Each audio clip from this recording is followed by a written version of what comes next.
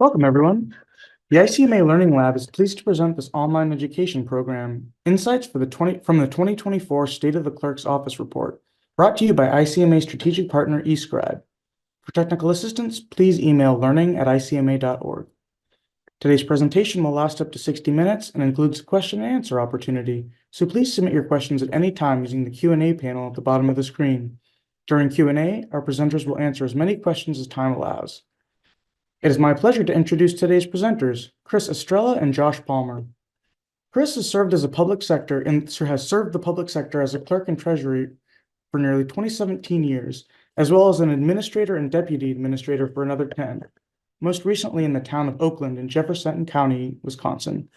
He now teaches public administration at Rochester University in Michigan, in addition to consulting work with 2 municipal governance companies. Josh leads the content and research operations for eScribe. He holds more than 15 years of content development and research experience across a range of industries, including home improvement, healthcare, software license management, board governance, and municipal governments. Speakers, welcome to the program. Great. Thank you, Julian. It's a great pleasure to be here, and we're especially thankful for the ICMA to help us present on this opportunity of the survey data. As Julian mentioned, my name is Josh Palmer. I'm the head of content and research for eScribe Meetings. It's my great pleasure to be joined by Chris Australia. Chris, how are you doing? I'm doing great. Great to be here. Thank you for having me. I'm joining you from Indianapolis, Indiana. And Chris, if I'm not mistaken, you're still in Vegas, correct? I am. Good morning from sunny and beautiful and dry Las Vegas. Awesome. Well, good morning, good afternoon, whatever your time frame may be. Just a quick couple of notes to add on to the introduction there. A couple of housekeeping items. Everybody's muted up by default. That's just a byproduct of the Zoom webinar setup here. We do highly encourage both participation in the chat or submitting your questions in the Q&A feature. We will hold those questions till the end. We'll reserve about 10 minutes at the very end of the presentation to be able to answer your questions as they may arise. We've already done the speaker intro, so my agenda is a little bit out of whack here. But just a couple of the topics that we'll go over today. We're going to talk about who actually responded to the State of the Clerk's Office survey. We're going to talk about public engagement, meeting trends identified by the survey, and some of the challenges around time management. If you don't know about eScribe, this is just a really quick introduction about who eScribe is. We're proud to be founded in Markham, Ontario in 2007, a dedicated provider of public meeting management software solutions. That's the only thing we focus on. It's a purpose-built tool for clerks, city administrators, and city, town, county managers across North America.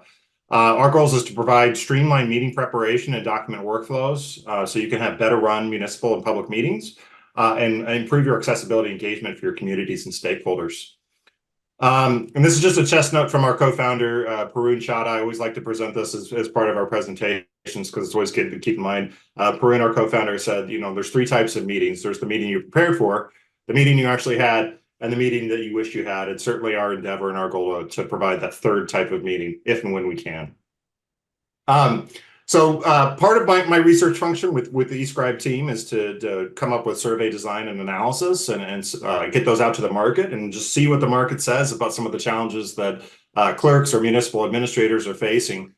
So we were very fortunate to be able to work with the International Institute of Municipal Clerks Research Committee to help design the survey. We deployed the survey in early 2024. We received more than 500 responses from current active clerks and municipal administrators. So we're very thankful for their information they shared with us here. Those responses included 6 of 10 Canadian provinces. So being a Canadian company, we're very proud about that. And then 48 out of 50 United States, which is a strange thing to say. This is just a little visual representation.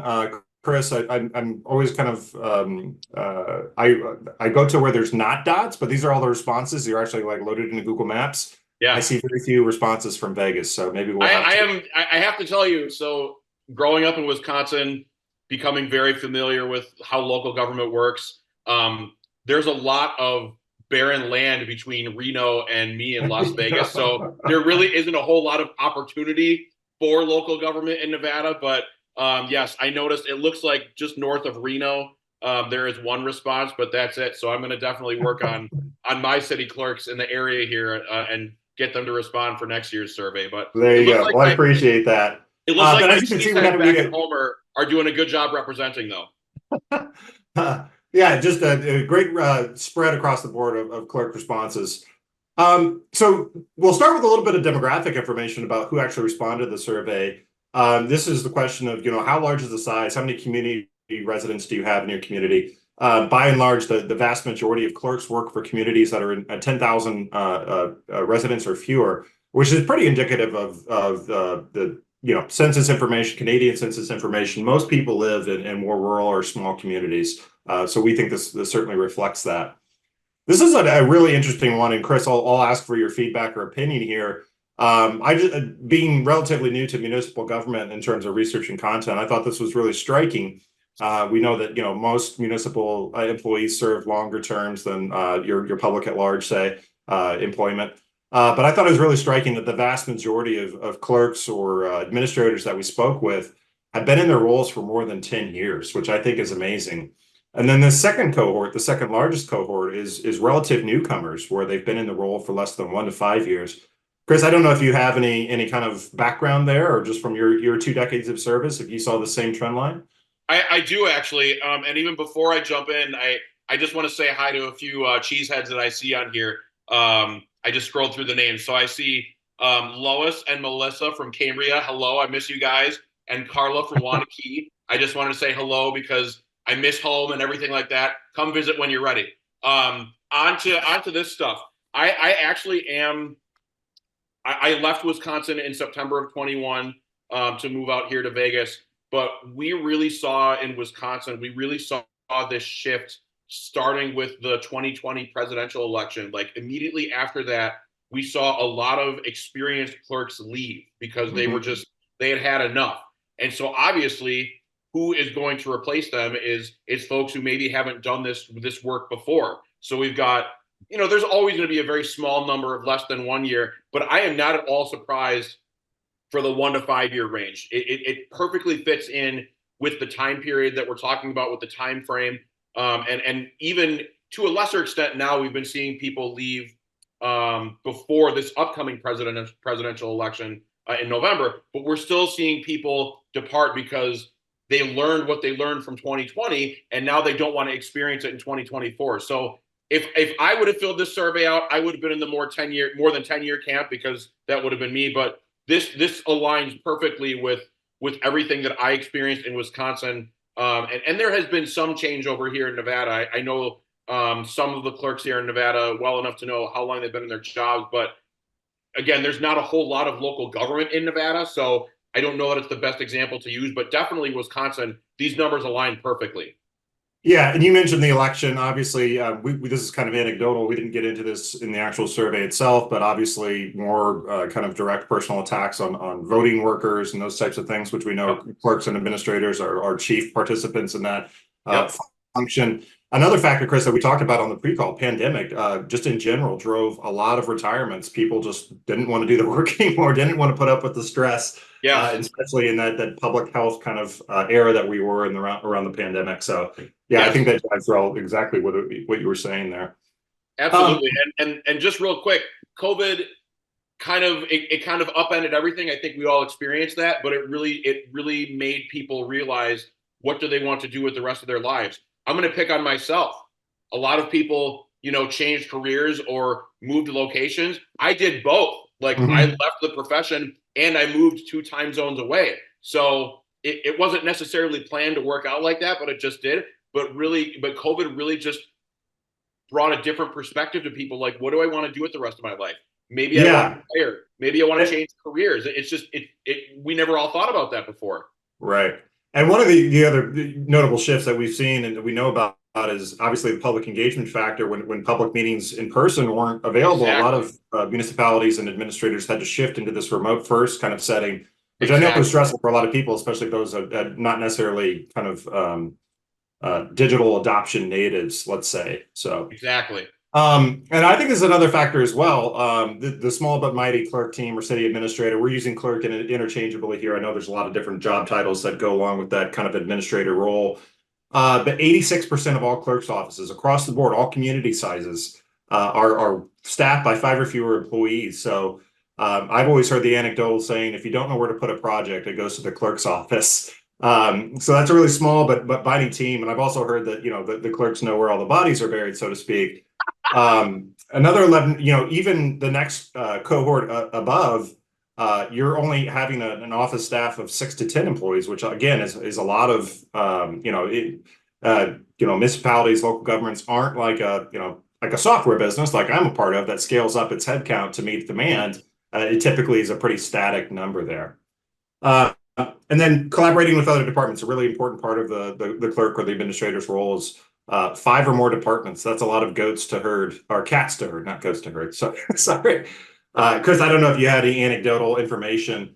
And we're speaking specifically of the clerk's office staff here, not the wider city hall staff, to answer a question in the comments.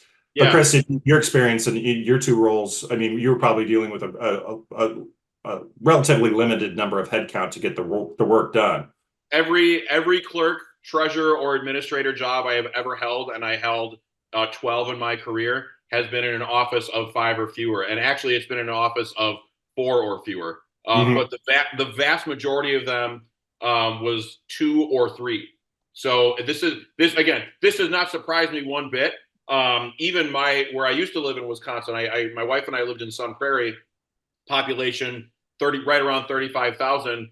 Our clerk's office in Sun Prairie had 5 people in the office: a clerk, 2 deputy clerks, and then 2 kind of administrative assistants. So it's, even when you start to get up into those larger populations, there isn't necessarily, yes, there's more resources. There's always more resources because there's more money, but it's not necessarily given to the clerk's office, let's say, or to the treasurer's office. There's more roads to plow. There's more streets to redo. There's more firefighters and cops that need to be hired. The clerk's office isn't always thought of as one of those primary functions. I like to say, it's kind of like when you're talking about like tech support, like for anything, tech support isn't a big deal until it is. And so the clerk's office is kind of fits in that same thing. Like nobody really thinks about the clerk's office until they do, until like something doesn't get done. And it's like, well, who's in charge there? And that's kind of how it goes. And I'm just seeing people just chime in on the chat right now with their populations and what they've got. And it's astounding to me. Like it's not surprising, but it's astounding to me that everybody's just kind of all over the board with what they've got, but in terms of population, but small number of staff. I mean, that doesn't surprise me so much, but I mean, there's one here, 70,000 population and 2 staff. That's mind blowing to me. I can't imagine that. And I'm sure there's no shortage of work to go around, even when there's. Of course not. Oh my goodness. That's great. Yeah, we really appreciate the engagement in the chat, and please do chime in if you have some thoughts there. One of the biggest factors that we wanted to look at in terms of our clerk's office survey was, we know one of the chief jobs of the clerk is to be the interface, the face of the city administration, the county administration with the public, whether it's in a public meeting or helping give public services such as payment on tax bills or sewer bills, those types of things. So we just asked straight up, do you feel that your public is well engaged with your municipality or your local government? And we're asking audience participants as well here. If you could take the survey really quick on your screen, we'll see if your answers line up. And hopefully I didn't lead the witnesses too much by showing you the results before we had the poll here. But I wouldn't say this is, a scientifically, this wasn't a scientific survey where we had a margin of error that we could discern here. There's only 500 responses, but I think this is kind of very evenly split. But once we get community breakdown by size, again, Chris, you mentioned those resources. It looks like the larger cities have more resources. All right, 56% said yes. Yeah, look at that. Well engaged. That's I'm amazing. curious if those are from larger populations or not. But here we see in green, those saying yes, the public is well engaged, and those in purple are saying no. And once you get above that 50,000 resident mark, obviously it seems like the perception of public engagement goes way up. Chris, I don't know if you have any thoughts there. I do. I feel. And again, my disclaimer is most of my history as a clerk was in smaller municipalities, and I think I have a little bit of a bias, but only a little bit. I think when you have, and this is probably true of every layer of government, and I talk about this in my public administration classes that I teach as well. The higher up the level of government you go, typically the less engagement that you'll see. And I would also venture to say the larger the population, the kind of the more red tape there is. Like Like I'll pick on Oakland because it was my most recent one. When I worked in Oakland, our population was 3,100. We had 2 people in the office. We had 4 departments. If people needed to contact the office, they could shoot me an email, give me a phone call, or stop in. We were very open, and not to say that the larger populations aren't, but typically there can be more red tape, or maybe you have a phone tree to go. Like if somebody called our town hall, one of either my deputy or myself answered the phone. There was no phone tree. There was, push 1 for this department, push 2. It was none of that. It was like, okay, you need public works. Here's their number. When you scale up to a larger municipality or a larger level of government, that kind of doesn't keep anymore. And so Right. I think I would tend to believe, and I've even experienced that here. I live in Henderson, Nevada. Our population is 325,000. When I call to ask a question about my water bill, I have to push like 3 buttons to actually get to a person versus a sewer bill back in Oakland. It was like they would get to me and that would be it. So I don't think it's a bad thing. I just think it's kind of an expectation that the larger the municipality, the higher up the level of government, a little bit less accessible, and not at transparency wise, but just kind of how can I connect with them? How can I engage with them? It's harder to do. Right. And I would also say those resources at scale, being able to provide maybe an online payment service when you're a large municipality, you could count that as public engagement because they're coming to do the business they need to do at the city without having to necessarily pick up the phone and call Chris in his 2-person office. Of course, I totally agree. Yeah. Regarding meetings, specifically public meetings, we asked, what measures do you use to improve public engagement for your meetings? And live streaming is by and far the most important engagement tool that a lot of administrators are using today. Social media, less so, paper flyers and signs, and then other. I'm curious, Chris, are you seeing this dynamic of more, especially post-pandemic? I know here in my home state of Indiana, laws are now on the books that require cities to have live streaming options for those who can't make it in person. Are you seeing that as a trend as well? I'm seeing it as a trend. It's just not a trend everywhere. That's the thing. Like, we all, and again, I was a clerk during COVID. I was a clerk treasurer during COVID. So I had to adjust just like everybody else did. And we did everything that we could that was in our power. Of course, there weren't laws on the books at that time governing this stuff. So it really was just like, well, what can we do? And so we started using Zoom meetings. I started using my personal cell phone to send out property tax bill receipts because our town hall was closed. So we adapted the best way that we could. The issue is that some states have now put laws in the book requiring some of these engagement tools to become permanent, but not everybody has. And so you're kind of seeing kind of the haves and I hate to say it, but the have-nots, and people are reverting back to things that they did prior to COVID. And I think it's so funny. Like, maybe it's not funny, but everybody says that. It's like paper flyers and signs. How do you use that for public engagement?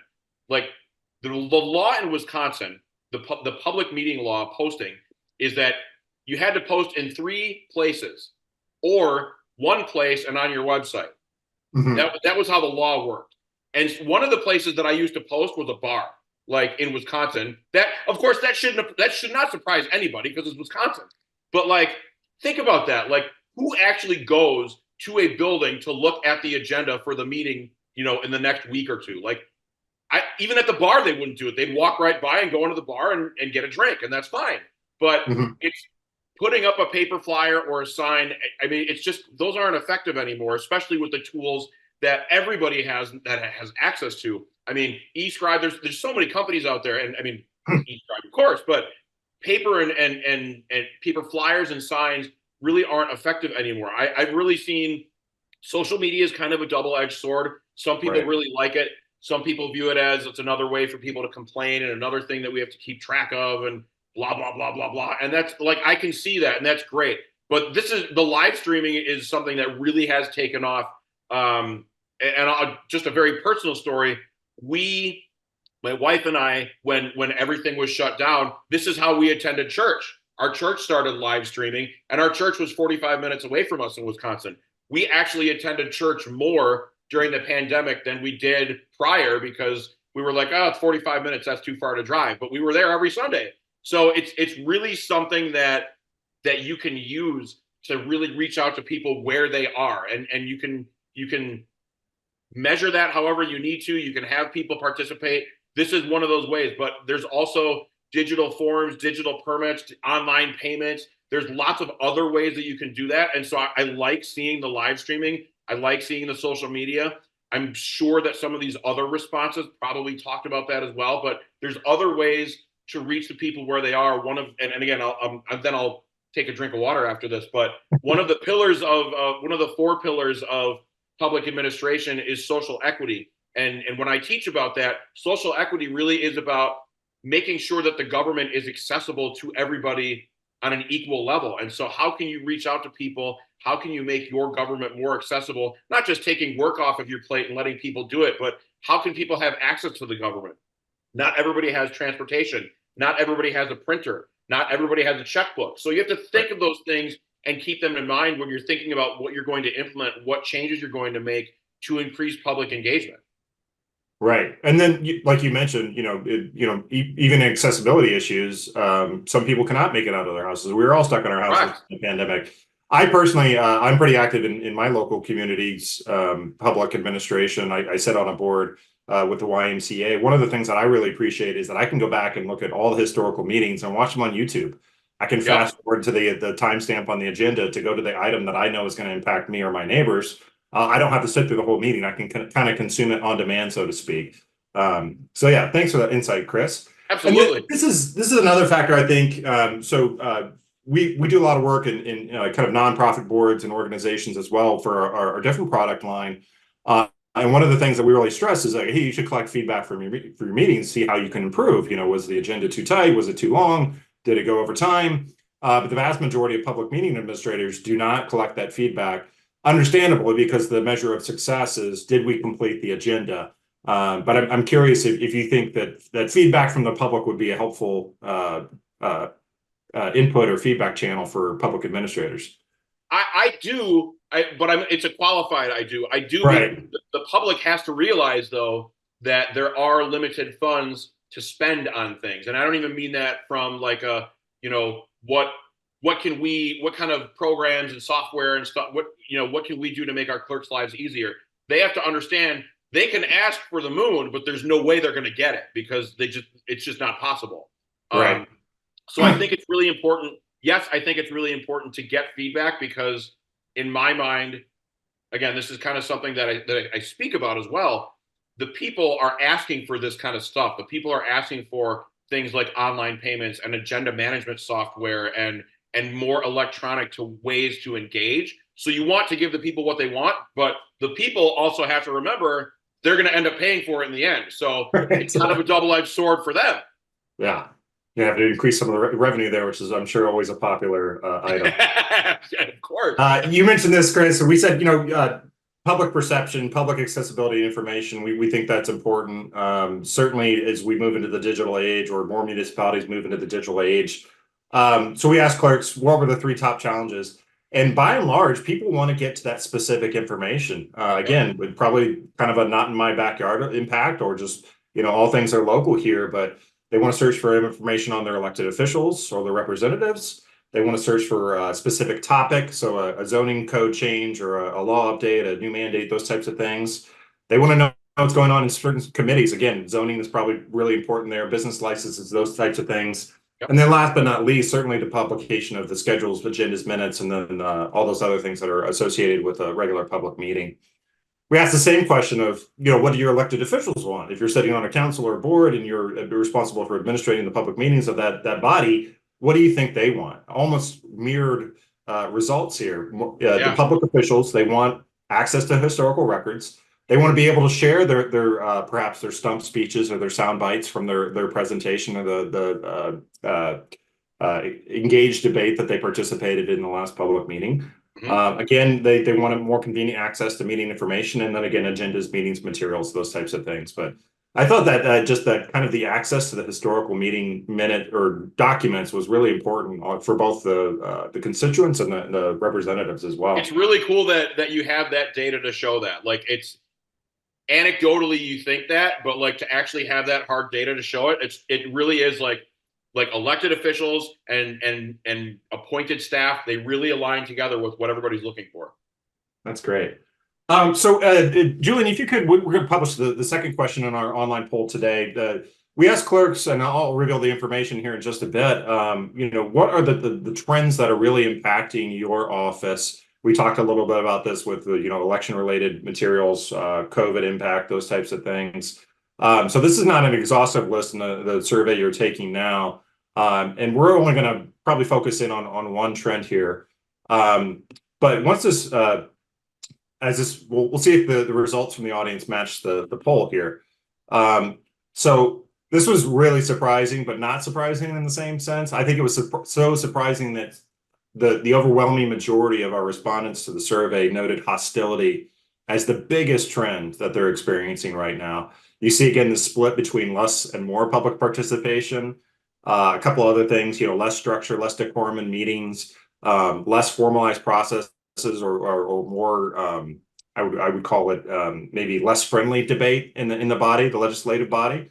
Oh, this is great. Yeah. Look at So that. we've got Yeah. increased hostility. Our audience matches the perception of our response takers, and then more public participation. Love that. Increased use of digital tools. I love that as well. We talked about that a Yes. little bit. Thank you, audience members, for sharing there.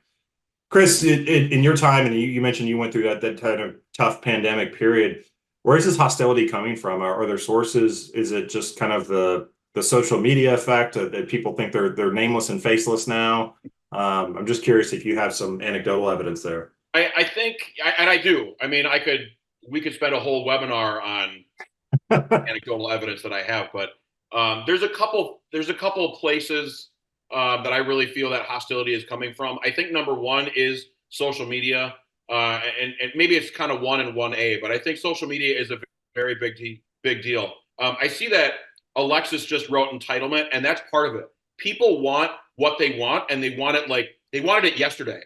And this is really in one of the presentations that I give separately is I talk about a word, and I don't know if I created it, but I'm going to say that I did, the Amazonification of society, in that I can order something from Amazon and literally for me here, there's an Amazon warehouse like 5 minutes down the road. I can get it. I don't even have to wait overnight anymore. I can get, all the batteries for my smoke detectors in a day or less. And so there's that. There's the Amazonification of society where people want it. They want it right now, and they want it in a manner that they can consume. Social media is a part of that. Social media has given everybody kind of a platform for their own platform.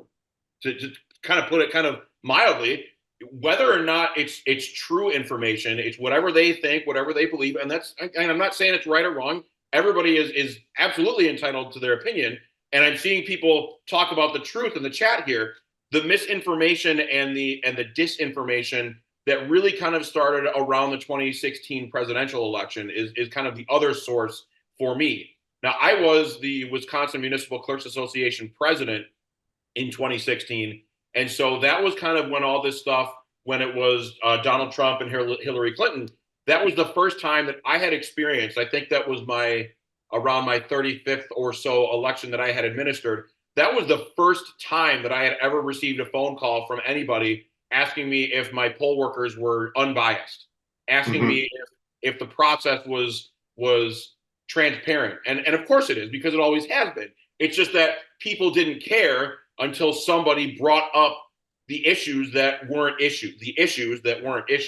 And so as we saw that kind of go further on down the road, it increased so much in 2020, and it manifested itself into people latching on to, I don't want to say lies because I don't want to accuse people of lying, but really just getting bad information and wrong information, but thinking that's the truth and not actually seeking out what the truth is. One of the things that public administration teaches is truth seeking, is taking the time to do the research. And I'm so glad that you all did this survey. This is absolutely incredible. The academic in me loves it. The clerk in me loves it.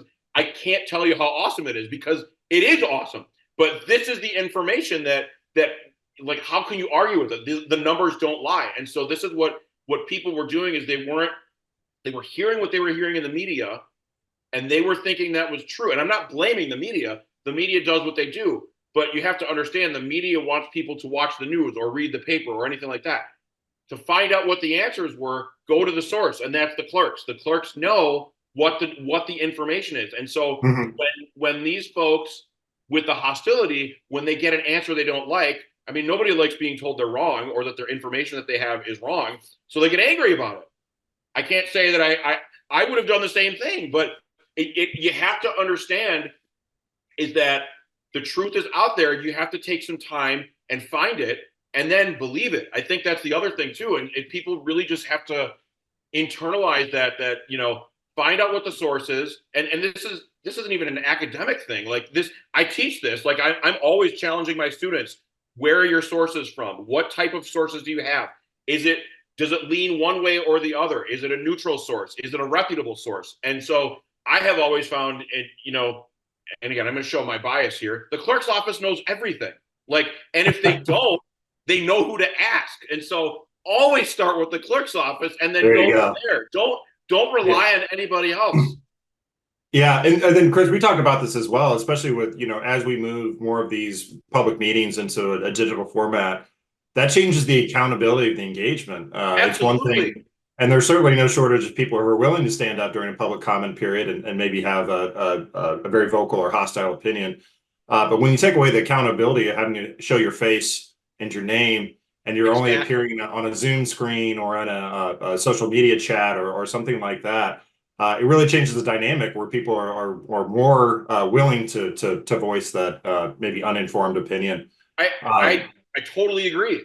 yeah, and the other thing we talked a little bit about is that, while it may seem more like there's more hostility, I think multiple studies have shown, and we'll look for some research on this, that this is the vocal minority versus the silent majority, right? Yes. Yeah, the squeaky Yes. wheel, so to speak.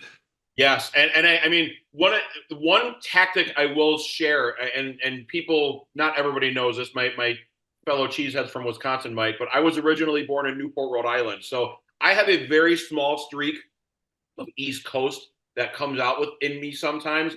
I can be very direct, and so responding to that hostility with the truth and with facts and just being direct, like Right, don't make it ambiguous. That's the whole thing. You know what the answer is, get it out there, like however you right. need to. You can be nice, but be direct. And that's huge though. Like it's so important to understand that most of the folks really, I don't want to say they don't care, but we don't hear from them. Like we really only hear from the people who want to complain. And that's just because people like to complain about things. I'm just as Yeah. guilty of it as they are. I am. And this is a bit of an eye chart here, Chris, but we mentioned this a little bit, but this factor, this trend line of hostility. This is across the board for cities of Yep. all sizes. Each bar represents a different city size here or community size. Certainly, by and far large, those communities under 10,000 are experiencing the lion's share of it, but we see representation from all three. I thought it Yep. was interesting. The more public participation is the over 100,000 residents in the community, but yeah, this is just show that this information, this feeling that this trend was happening was across communities of all sizes. As we kind of get to the third part of our show here, we have one more poll question that's content related. We asked, what is your biggest challenge as a clerk or a city administrator or county administrator? We might have, again, led the witness a little bit here, but we'll see if the audience answers measure up with what our clerks in the survey said. Time management. I'm going to say that we were a little bit remiss in that we didn't ask, was that the clerk's time management or your collaborator and stakeholders' time management? But by and far away, more than 80 response on this kind of menu of response items here. Time management represented the largest challenge for most clerks. Yes. Some of the factors that we mentioned earlier, historical record data, publication management, council members are a challenge. I don't find that too surprising there. I don't either. Minutes, agenda management. Chris, what were some of your biggest challenges in your tenure as a clerk?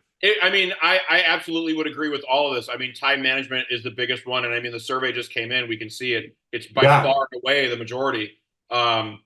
Clerks, and I think you said it earlier, if there's nothing, if there's nowhere that's assigned a certain project, it gets dumped on the clerk's office. And that's totally true. Like whether they have the time for it or not, right? Exactly. Like I was an HR person too. Like I didn't have any kind of official HR training. I mean, I was fine with it. Wasn't that big of a deal, but I don't have like a SHRM certification or anything like that. And so anything that was kind of left over was, and I say dumped, but I don't mean that in a negative way, but it was just dumped on my office because that's what I had to do. I really think for me, time management and budget constraints run hand in hand.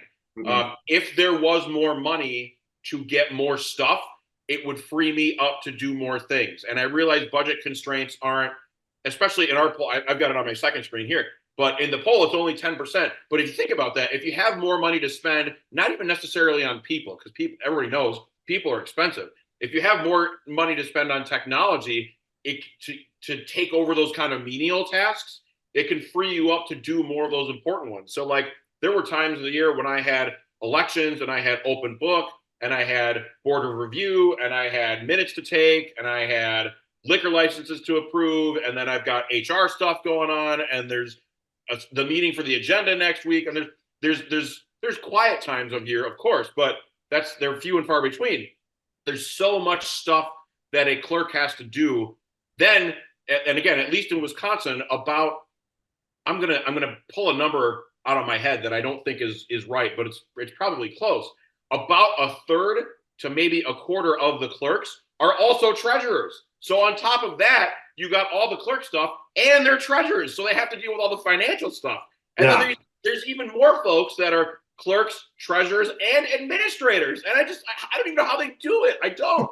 So it's like, but again, from the smaller municipal perspective, that's not uncommon to have those combined roles. It's when you get up to those larger ones where it's more segmented out. But this, everything here is, I mean, all these challenges are huge and they're spot on. But really, it really comes down to time management. And for me, I would tie in budget constraints with it. I really would. Yeah, but that doesn't mean everything else isn't important. But for me, there's a direct correlation there.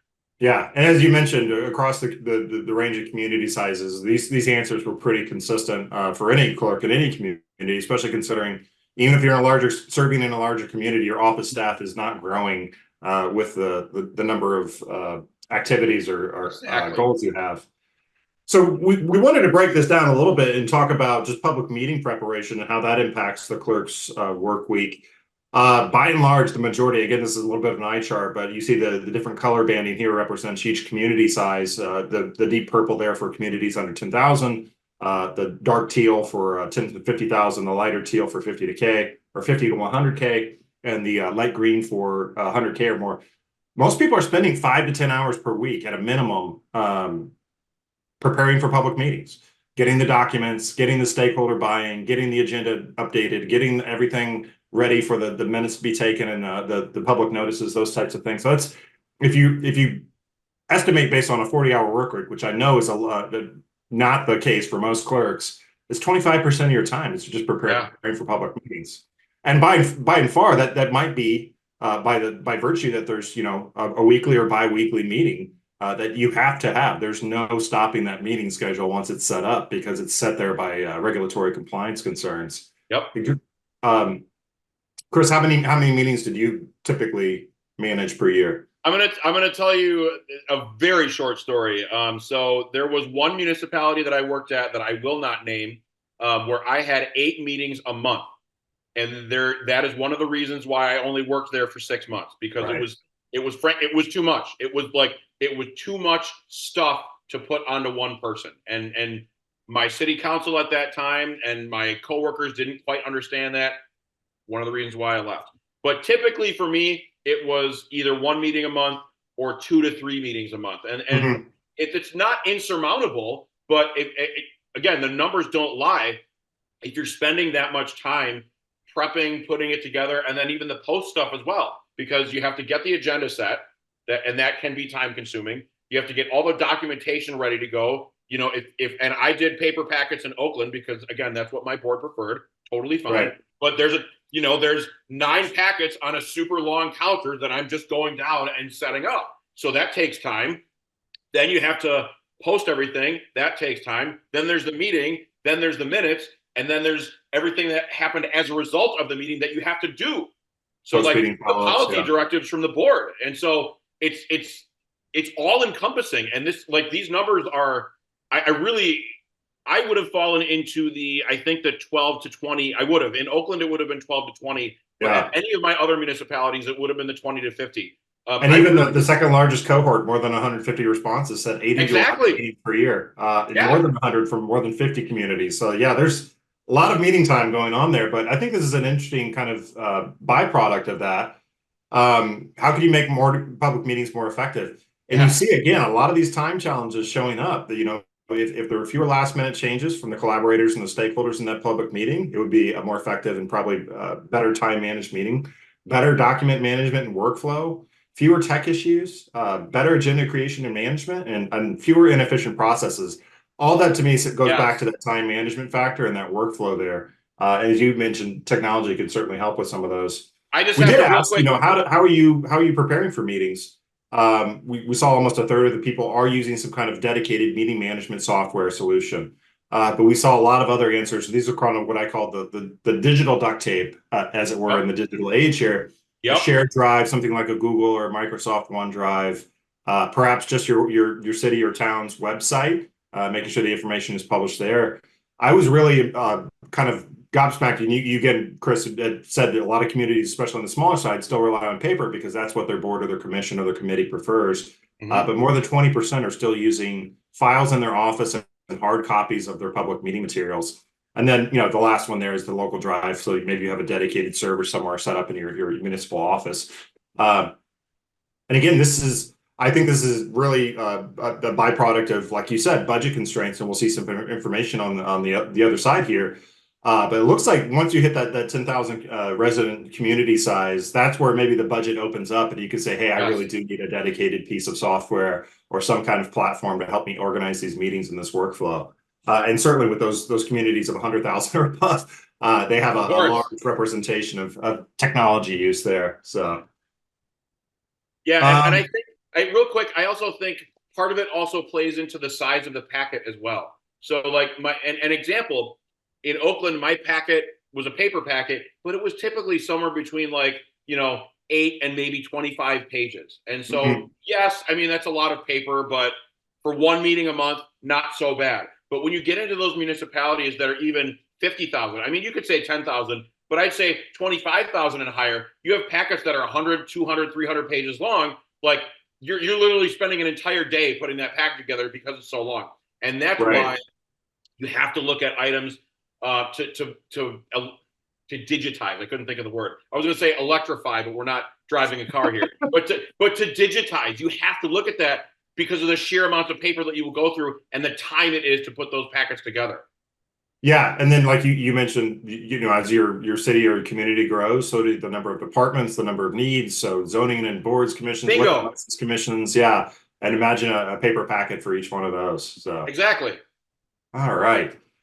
This is what I thought was really interesting, and again, this is probably because the clerk is the kind of the unbiased administrator of the public meeting. Nobody, or not nobody, the majority of people don't feel like that there's too much time dedicated to public meetings. We asked some follow-up questions with some of the respondents and some of the research committee, the clerk's offices we work with from the research committee, and they, for a newbie like me, they explained it very simply. It's like, we say, no, it's not too much time because that meeting has to happen. That show does not stop. And it's by law that show does not stop. So I've been curious, Chris, did you ever feel like too much time was spent there, even if it was only once a month or twice a month?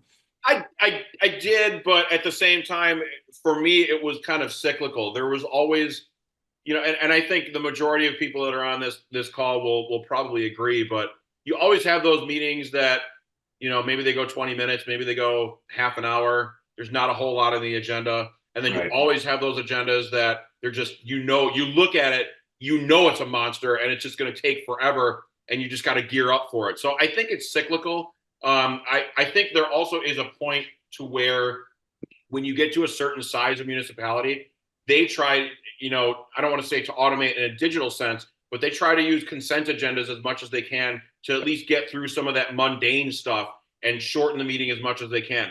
I have heard of municipalities that they will never go longer than an hour. Like they set their limit at an hour, and if it's not done, then it's pushed on to the next agenda. But I think by and large, that concept is true. those meetings have to happen. We have to do the work for them.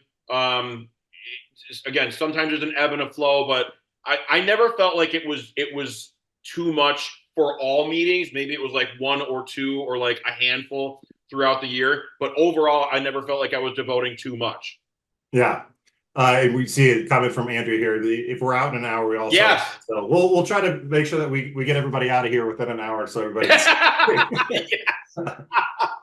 This is a really interesting thing. Was like, again, most people are the majority. 59% said it's not too much time, but yes, it does make attending to my other duties as a clerk difficult. Yes. So, like you said, like we mentioned, the project management portion of the clerk's office. They've got a lot of responsibilities. They got a lot of other factors to factor in, especially if they're a multi-role kind of position, like you mentioned, like a clerk treasurer slash HR representative. So I thought this was really interesting as well, is that yes, it's a lot of time, and yes, it does make our other duties difficult, but it's time well spent. I'll tell you, the day after a board meeting, nothing got done ever. Like any board meeting, and it didn't matter where I worked, but the day after the board meeting was whatever was decided, like it was the whole day was devoted to that, like getting everything done, wrapping things up, starting the minutes. Like nothing got done unless it was like super 911 emergency. Like that just was par for the course. Yeah, absolutely. Again, this mirrored this question was a little bit of a mirror of one we saw earlier. How to increase public meeting effectiveness. Again, this comes back to the time management, the workflow process, fewer last minute changes, documented workflow, tech difficulties. So I think this might be a repeat here. Again, we mentioned that the majority of people do not use a meeting management software solution. This is obviously, we crafted the survey, so we wanted to ask this question. But however, it looks like as you move up in budget and resources, you are able to afford something like a dedicated solution. Of course, we wanted to ask why not? Why aren't you buying our product or involving yourself in a digital kind of environment? By and large, the biggest question was budget constraints. But the second thing I noticed here, Chris, and we talked a little bit about this before the show, you think about that 10-year term, 10 years of tenure of a clerk. They probably got it figured out, right? Most clerks have got their process down. It might be something that's kind of esoteric to them and not like explicitly known or documented, but they've got the process working. And why change it or why fix it if it ain't broke, so to speak? And the other thing, just kind of off of that, is we are also dealing with boards and councils and commissions that are can be of a certain age. So not only is it something that we're comfortable with, but if we've got older board members, we have to work with stuff that they are comfortable with. Like that's just a fact. Like, and so there was a time, again, anecdotally at a municipality that will remain nameless for me, that I worked at, where I had 4 council members who wanted iPads and I had 3 council members who wanted paper packets. And after doing that for 3 meetings, I said, I can't do both. It's got to be one or the other because I'm duplicating efforts. And so unfortunately, at times, unless you really just drop the hammer, you have to kind of rely on your weakest link and go with it that way. So I think that's one of the reasons, kind of in conjunction with the current process working. The current process is working also because that's what our board members are comfortable with. They're not comfortable with technology, or they don't have the ability at home to look at it or anything like that. So it's good that it's working, but also, why is it working? That might be a good question for a future survey. Like, is it working because it's working for you, or is it working for your board? Ooh. Yeah. I mean, 2 factors that I think about here, Chris, and one is change management, managing change, especially across a kind of an enshrined in regulatory compliance organization is incredibly difficult to get everybody to sign up to a new way of doing things. Despite this process maybe perfected a decade ago, it's incredibly difficult. And I think the other factor is, like you mentioned, so our competing, or not our competing, we have a sister company that has a product line dedicated to boards, nonprofit boards, healthcare boards, those types of things. The number one that most boards and committees say that they're the best at is continuity. So carrying that process over meeting, year over year, decade over decade. That is and that's part of the goal of a good government, is to continue serving citizens, serving the public trust. So that continuity is really important. But we see that maybe is at the sacrifice of time management or better collaboration or better workflow. Absolutely. So great. So if you did adopt new technology, we asked, what do you think would be the best benefit? What do you think would be the biggest improvement that you'd see? Again, this comes back to a question that we had earlier, is making historical information available to the public. That's one thing I love about my municipality. I can search on any topic. I can search by resolution number. I can search by zoning code or zoning ticket. Just having that information at my fingertips means I don't have to go bother the municipal clerk to go get that information. Exactly. Number two is obviously that collaboration with other departments. A lot easier when you don't have to send a third or fourth or fifth email asking for the agenda from your collaborators there. And then centralized storage of meeting documents and materials. So those are the top three. I would agree with that there. Chris, I don't know if you had any takeaways there. Oh, absolutely. Yeah, no, this is the ones towards the top, engagement by elected officials and electronic voting. Those are important. They are. Yeah. But the bottom three, the top three, I guess, they're absolutely. Oh my God, chart on my part. So absolutely. Oh my God, this is totally spot on. Totally spot on. That's great.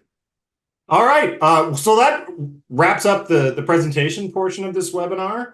If you'd like to contact Chris for any of his sound advice or expertise, his email is available here. We'd certainly welcome you to contact escribemeetings.com, see what we have to offer there.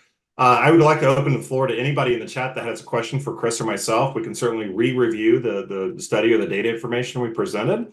Or if there are no questions, we can wrap early and get into that under 1 hour mark that everybody seems to celebrate. Yes. So, any questions from the audience? Yeah, so feel free to submit any questions using the chat or the Q&A panel. Thank you, Julian. Any final thoughts while we wait for those questions to come in? Oh, we do have a final poll. Yeah, I'll go ahead and I'll launch that now. Yeah, I have some final thoughts. I really want to thank ICMA, eScribe, and IIMC for doing this survey. I can't put into words, and again, I mentioned this already, but I'm going to say it again. The academic in me, the clerk in me, the human being in me finds this survey absolutely fascinating. I did personally, when I was in graduate school, a much smaller version of this survey that had a little bit different of a focus. And so this survey actually kind of primed me to go back and look at my study that I did in graduate school. And it was really cool to see some of the changes, but how things are different, but how things are kind of the same from 4 years ago. But this survey is incredible information, and I'm going to do my best to get it out to everybody that I possibly can. Like that's great. It really, and I'm not saying that just to blow smoke, because like this information is real, and it's like there's been such a shift from anecdotal stuff, say 10 years ago, to give me the data, and here's the data. Like it's right here. So like I'm already looking forward to next year's survey and what you guys are going to do with it, because it's such great information. That's great. Thank you, Chris. And as a kind of a follow-up to that, we will send out the link to the full survey. There's a lot more information than just here. And we are working on improving our survey design to include things like, what are the factors that are most challenging? Is that voting? Is it public meeting administration? Is it the city services? Those types of things. So please stay tuned for 2025. We did get 2 questions in the chat. Chris, your thoughts on publishing meeting minutes on social media? I've never heard that question. I have never heard that as well.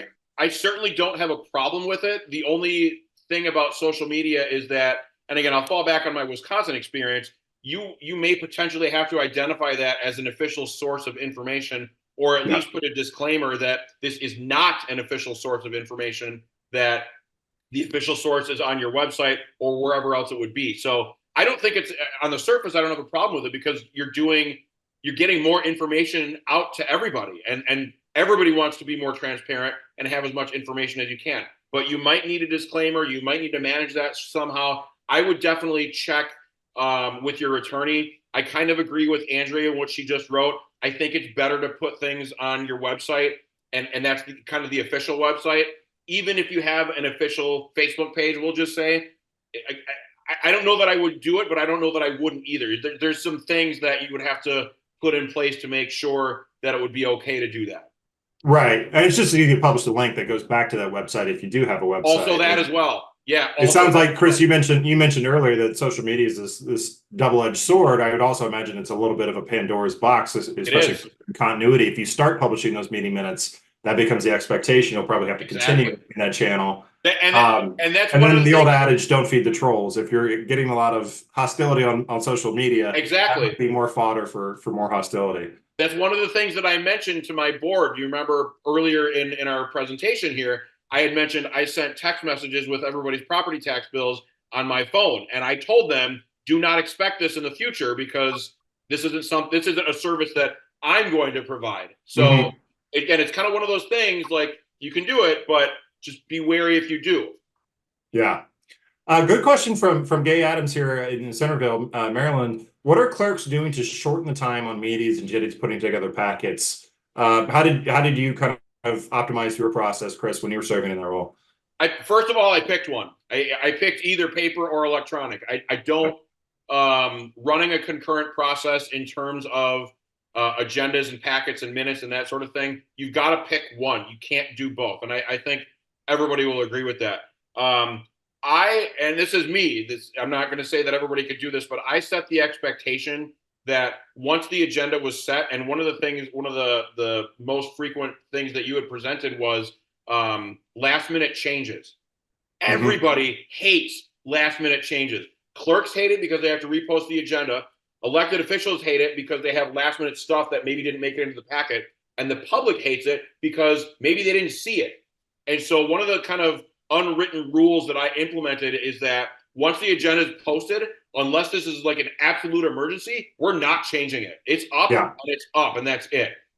And so I realized, the law allows for changes. You can amend agendas, but should you? And that's just something that you have to keep in mind. How is it going to affect the public? Is there a perception issue that you have to think about?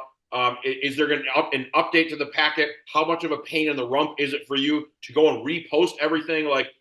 If you as a clerk can do something to minimize that, like or eliminate it completely, that's a huge time saver. I really feel that.